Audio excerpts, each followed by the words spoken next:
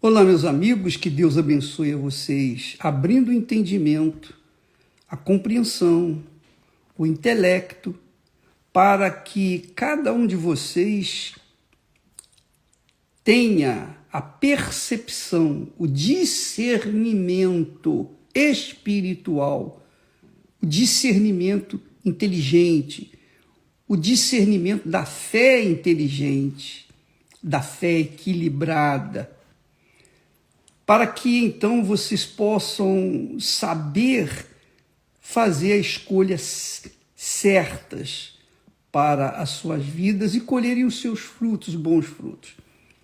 Olha, nós falamos ontem a respeito, quando Deus falou para Josué: olha, Josué, você agora está no lugar de Moisés. Então, você vai e faça tudo de acordo com o que Moisés, meu servo, foi ordenado a fazer. O que ele mandou você fazer, faça. Faça. Obedeça. Obedeça a palavra que eu dei ao meu servo Moisés. Não se desvie nem para a direita, nem para a esquerda. Não se desvie. É isso aqui, ó. Olha só, ó. Eu me desviei para a minha direita. Me desviei o olhar para a esquerda. Só em desviar-se já é suficiente para a pessoa cair em tentação. Ou então se inclinar para a direita. Se inclinar para a esquerda. Só uma inclinaçãozinha já é suficiente para a gente desviar a fé, desfocar a nossa fé do autor e consumador da fé, o criador da fé, que é o nosso Senhor Jesus Cristo. Então, não vale a pena arriscar, não vale a pena tentar conferir, fazer um teste. Ah, eu vou ver. Não, não faça isso, porque você vai cair e vai sofrer as consequências que Deus não vai poder impedir. Então, minha amiga, meu amigo, seja sábia, sábio, e use a sua fé com equilíbrio, uma fé equilibrada, uma fé pautada na palavra de Deus, não se desviando nem para a esquerda, nem para a direita. Então, nós vamos ver hoje, você sabe que nós vamos começar o jejum de Daniel neste domingo, né, de sábado para domingo, do dia 1º até o dia 21 de agosto. Nesse jejum de Daniel, nós estamos propondo às pessoas a fazerem um exame introspectivo, mas sempre olhando a Bíblia, a palavra de Deus, lendo, absorvendo seus pensamentos, para fazer, para ter a ideia do que ela é diante de Deus e também diante do mundo. A Bíblia é o espelho que mostra a nossa vida, se estamos no caminho certo ou errado, se estamos inclinados ao bem ou inclinados para o mal.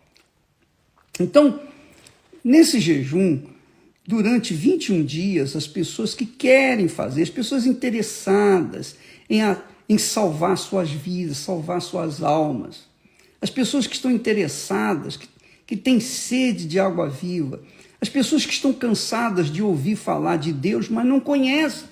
Não conhecem. Então essas pessoas ficam comendo na mão dos outros. Eu não quero que você coma na minha mão. Maldito serei se eu quisesse que você comesse na minha mão, de forma nenhuma. Eu quero que você coma com as suas próprias mãos, da sua própria fé, com a sua própria boca.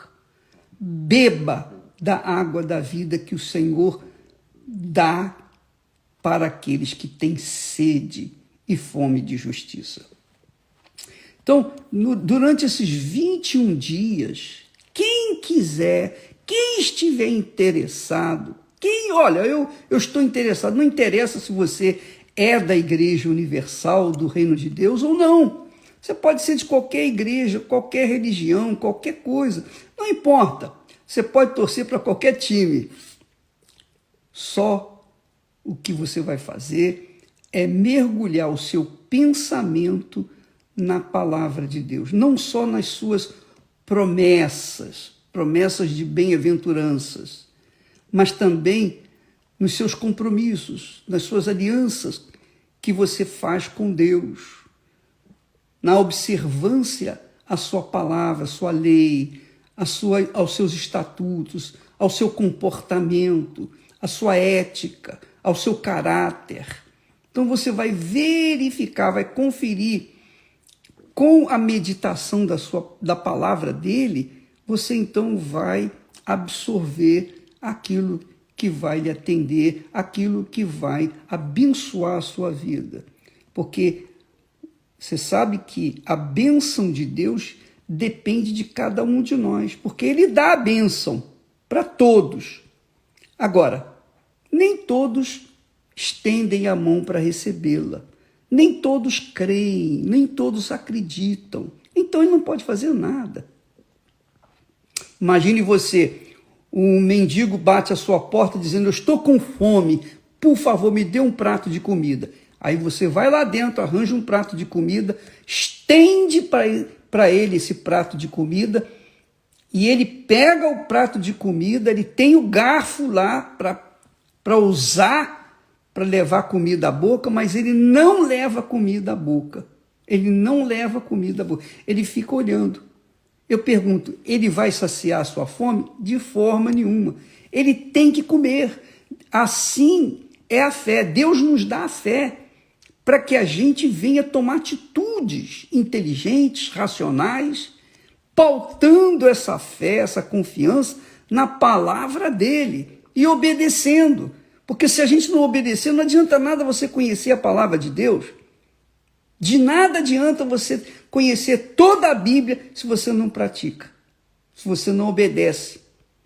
Então, durante esses 21 dias de jejum de Daniel, nós estaremos nesse mergulho, no mar do Espírito Santo, que é a palavra dele. E quando nós fazemos isso, nós estamos protegendo o que há de mais precioso que Deus nos deu. Mais precioso, que é a nossa fé no Senhor Jesus Cristo. É a salvação do nosso coração, da nossa alma. Veja só, você sabe que o coração que você tem é seu. Só você tem o direito de fazer dele o que você quer, porque você é dona dele. Então você pega o seu coração, aplica nesse mundo e vai se arrebentar. É o que tem acontecido. Agora, quando você pega esse coração, entrega no altar, despoja-se do coração, esse coração que é o seu inimigo número 1, que engana você, que faz você sentir o que você não deveria sentir, para que você não pudesse cobiçar.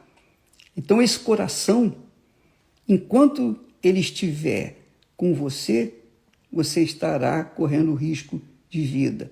Então, o que você tem que fazer? Pegar esse coração e entregar no altar, para que então receba um novo coração que Deus promete dar.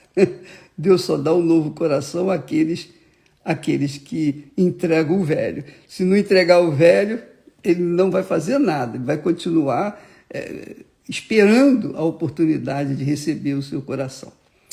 Bem, deixa eu falar para vocês uma coisa. Nós temos na história de Lia e Rebeca, ou Lia e Raquel, uma história belíssima na Bíblia que se aplica na nossa vida hoje em dia. Nós sabemos que Lia foi muito abençoada, ela teve vários filhos, ela teve 7 filhos. O último filho, aliás, foi uma filha, uma menina, chamava-se Diná. E diz o texto sagrado, você pode acompanhar comigo, lá em Gênesis, capítulo 34, diz que saiu Diná, olha só, saiu Diná, filha de Lia, para ver as filhas da terra. Isso é muito forte. Aparentemente, o que tem isso, bispo? Tem tudo. Tem tudo a ver com cada um de nós. Diná estava lá morando com seus pais, seus irmãos, no acampamento, no lugar deserto. Mas ela saiu daquele acampamento para ver as filhas da terra. Ou seja, ela saiu do seu acampamento e foi para a cidade. Foi ver, foi bisbilhotar a cidade. A curiosidade fê-la, então, querer ver a cidade. Então, ela entrou na cidade e lá na cidade, o homem gostou dela e a estuprou.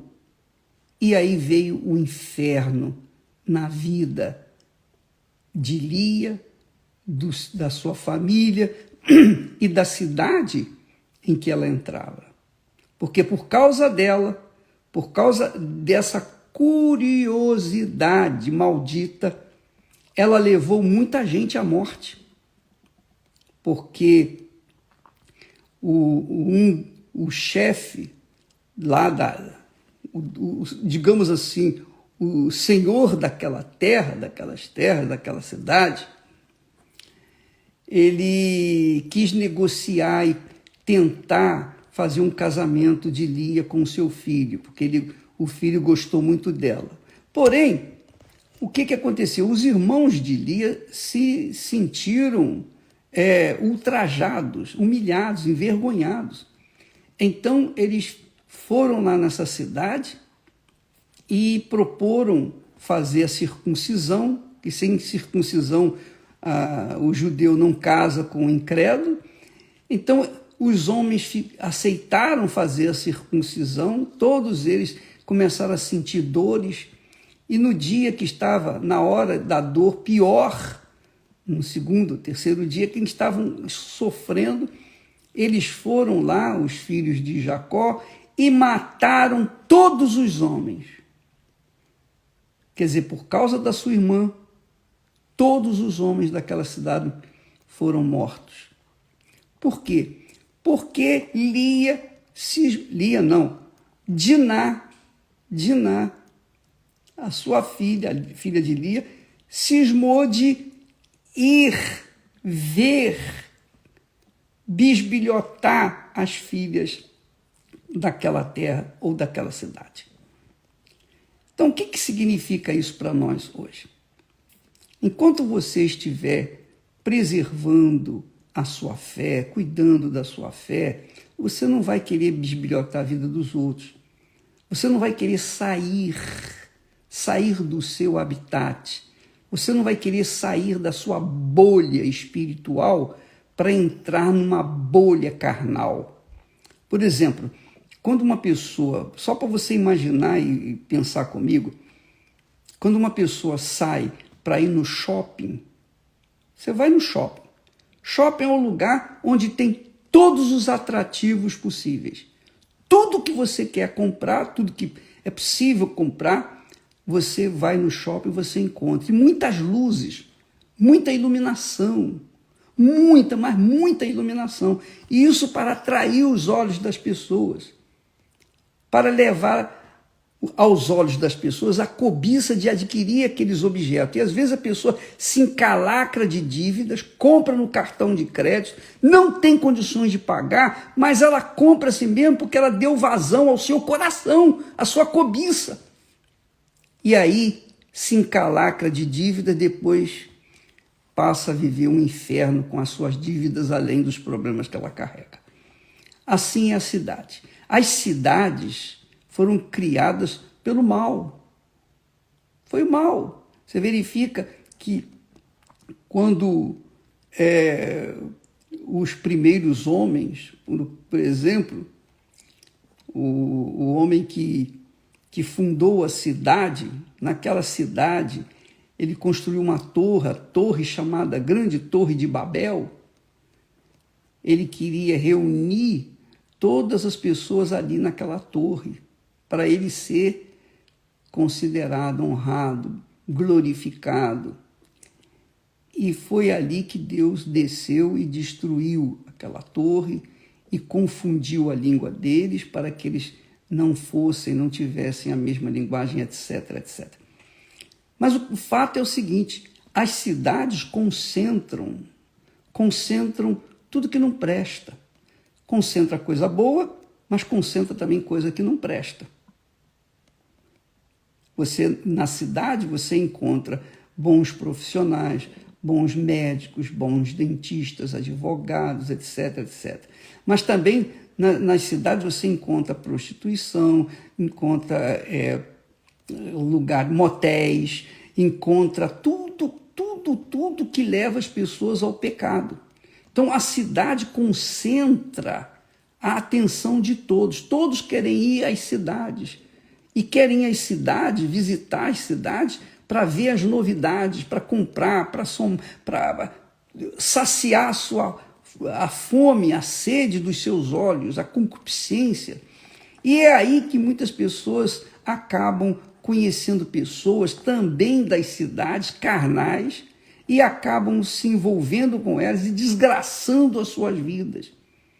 Enquanto a pessoa vive num lugar ermo, num lugar mais solitário, mas ela está ali dentro da sua família, no aconchego da sua casa, dos seus familiares. Quando ela sai do seu habitat e vai para a cidade, ela se perde. Logo ela se perde. É nas cidades, são as cidades que levam as pessoas a se corromperem, roubarem, matarem, destruírem. São as cidades que levam as pessoas às cobiças, à fome de querer saciar as suas vaidades. Então, quando a pessoa viaja, quer ir para as grandes cidades, Nova York, Paris, querem ir para Londres, querem ir para os lugares onde tem grandes shoppings e ver as novidades, os sapatos, as roupas, as modas, etc. E ali elas conhecem outras pessoas que não têm nada a ver com elas e acabam se atraindo e acabam se desgraçando. As cidades, na Bíblia, se você vê no Velho Testamento, vão mostrar para você que quem foi para a cidade se arrebentou.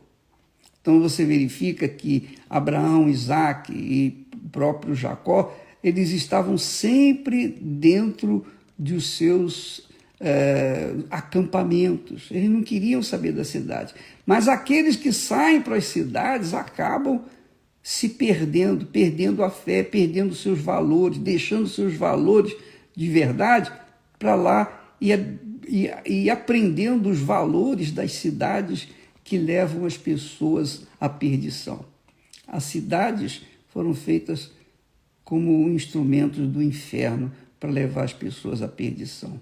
Você encontra prostíbulos, você não encontra prostíbulos nos desertos, você só encontra prostíbulos nas cidades.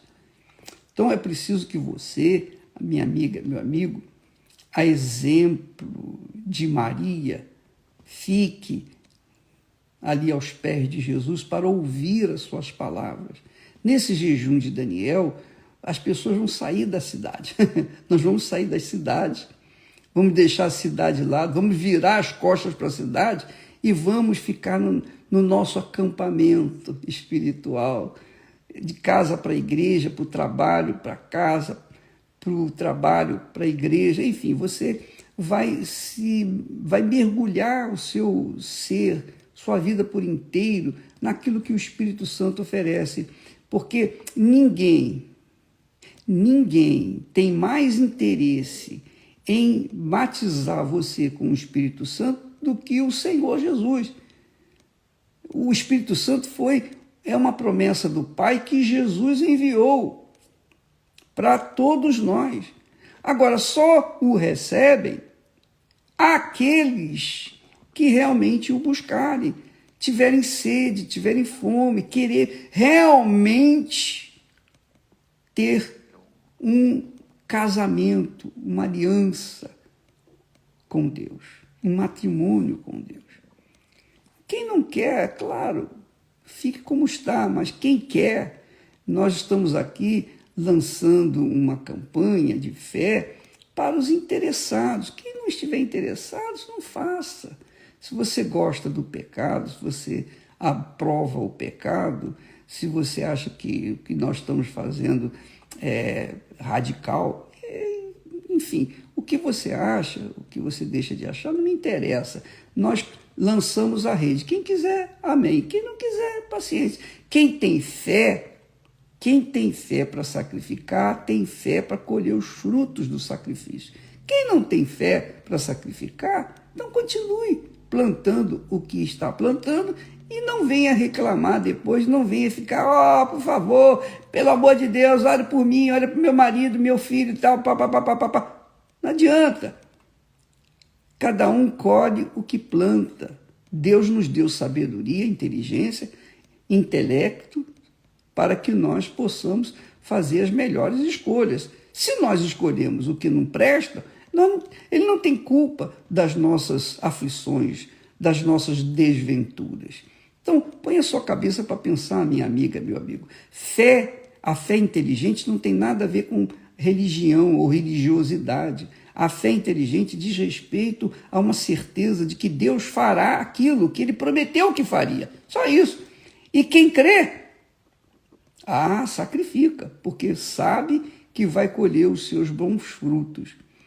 Então, a partir de sábado, quer dizer, à meia-noite deste sábado agora, nós começamos o jejum de Daniel para os interessados em receber o Espírito Santo e continuar vivendo no acampamento, um lugar em que as pessoas têm a mesma fé, os mesmos valores, e têm o mesmo Deus, e têm o mesmo caráter divino, as pessoas que querem e que são do bem, Diná era filha de Lia, mas ela, coitadinha, caiu na tentação de querer ver as filhas da terra, ver como elas andavam, como elas eram, quais roupas que vestia, certamente, claro, ver as filhas da terra é isso, que ver novidade.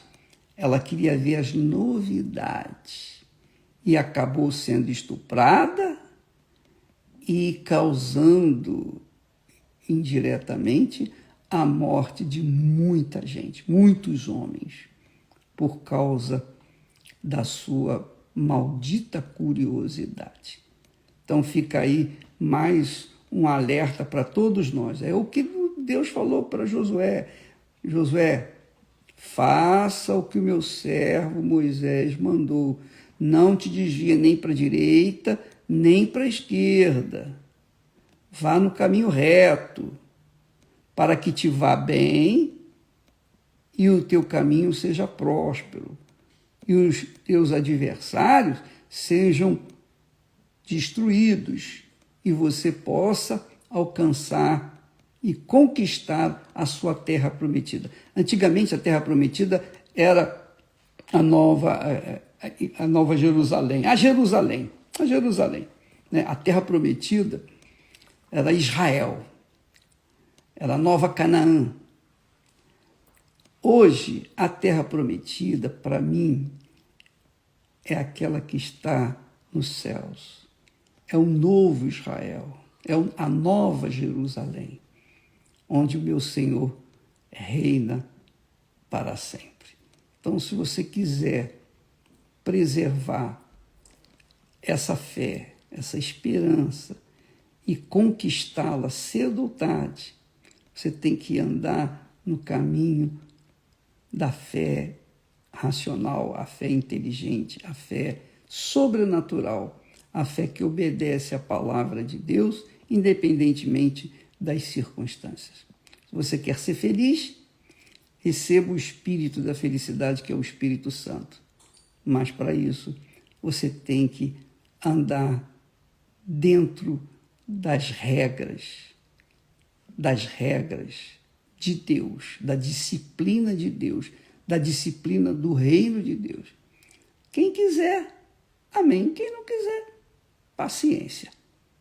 Fica a critério de cada um de vocês. Então, neste sábado, a partir desse sábado, da meia-noite, começamos o jejum de Daniel. É um jejum que as pessoas fazem de informações, entretenimentos, faz o jejum de não assistir nada que não diz respeito à fé, não assistir nada.